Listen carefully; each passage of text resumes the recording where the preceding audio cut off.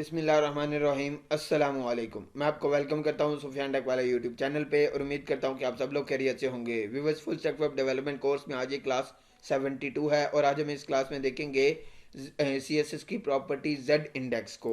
तो viewers, video start करने से पहले मैं आपको बताता चलूँ कि अगर आपने अभी तक मेरे चैनल को सब्सक्राइब नहीं किया तो प्लीज़ सब्सक्राइब करें और बेल आइकन के बटन पर क्लिक करके नोटिफिकेशन को ऑन कर लें ताकि मेरी हर नई आने वाली वीडियो आप तक जल्द से जल्द पहुँच सके।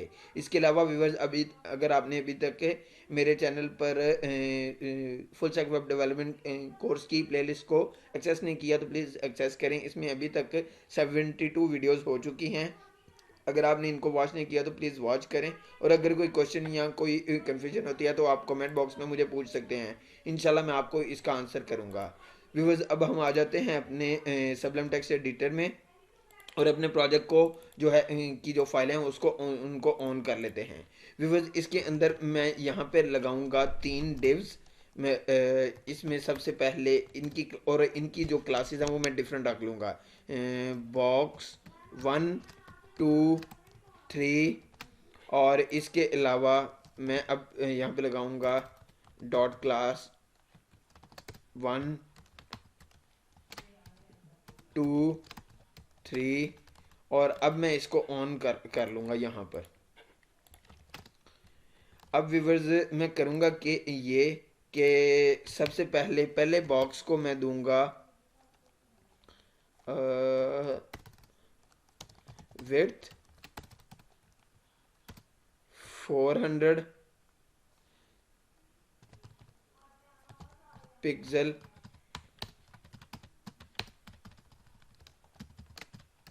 और दूसरे को मैं दूंगा 300 पिक्सल और उससे अगले वाले को दूंगा मैं 200 पिक्सल। और इसी तरह जो हाइट है, हाइट में दूंगा 300 पिक्सल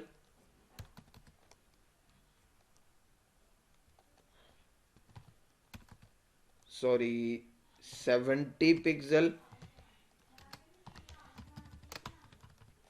120 पिक्सल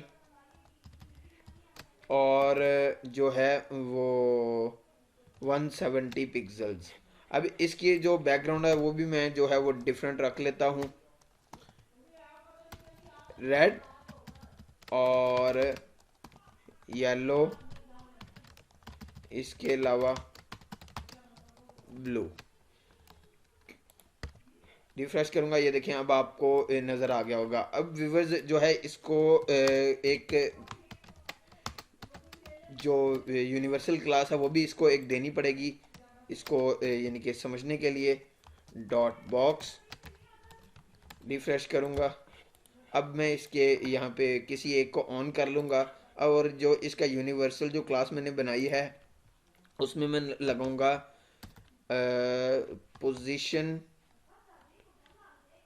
एब्सोल्यूट, क्योंकि सबको जो है वो मैंने इकट्ठा करना है और फिर ही तभी मैं आपको जो है वो समझा सकूंगा कि ये किस तरीके से वर्क करता है। अब सबसे पहला जो बॉक्स है वो रेड है, उसके बाद जो है वो येलो है और वो जो लास्ट वाला है वो ग्रीन वाला है। अब जो सबसे पहला होता है वो ज़ीरो होती है और फिर नीचे को चलता जाता है, यानी कि ज़ीरो ही सबकी बाय डिफ़ॉल्ट जो जेड इंडेक्स है वो ज़ीरो ही होता है और वो सीक्वेंस से चलता आता है।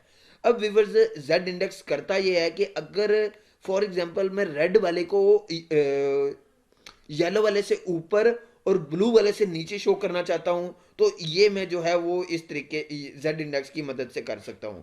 वो किस तरीके से? वो इस तरह के मैं लगाऊंगा जेड इंडेक्स।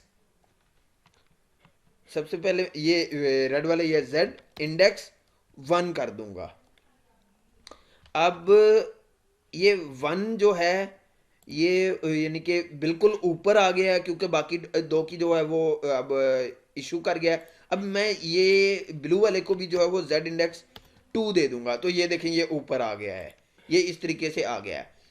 अब जितनी बड़ी वैल्यू होगी वो उतना ज़्यादा ऊपर आएगा और जितनी वैल्यू छोटी होगी वो उतना नीचे जाता जाएगा।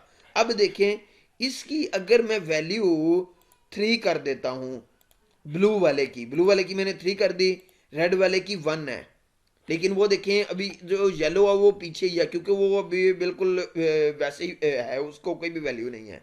अब अगर मैं इसकी येलो की वैल्यू 2 कर देता हूँ तो ये दरमियान में आ जाएगा, ये देखें बिल्कुल सेंटर में आ गया है। फिर अपने वही उसी सीक्वेंस पर आ गया, यानी कि इसको 1 है, इसको 2 है और इसको 3 है। अब इसी तरह अगर मैं जो है लास्ट वाले को यानी कि ब्लू को 2 दे दूं और इसको जो है वो मैं 3 कर दूं, तो ये देखें येलो वाला जो है ये ऊपर आ जाएगा, जिसकी यानी कि सबसे बड़ी वैल्यू होगी वो ऊपर आ जाएगा। यानी कि एलिमेंट को ऊपर नीचे शो करने के लिए, क्योंकि बाज़ दफ़ा होता है इस तरह है कि हमारे एलिमेंट जो है वो एक दूसरे के पीछे छुप जाते हैं, तो हम उनको आगे पीछे यानी कि किसी एलिमेंट के आगे या किसी एलिमेंट के पीछे करना चाहते हैं, तो वो जो है वो हम फिर जेड इंडेक्स की मदद से करते हैं। तो व्यूअर्स, उम्मीद है कि आप आज का ट्यूटोरियल आपको समझ आया होगा। तो प्लीज़ लाइक एंड शेयर कर दें। मिलते हैं नेक्स्ट वीडियो में एक नए टॉपिक के साथ। बहुत शुक्रिया। अल्लाह हाफिज़।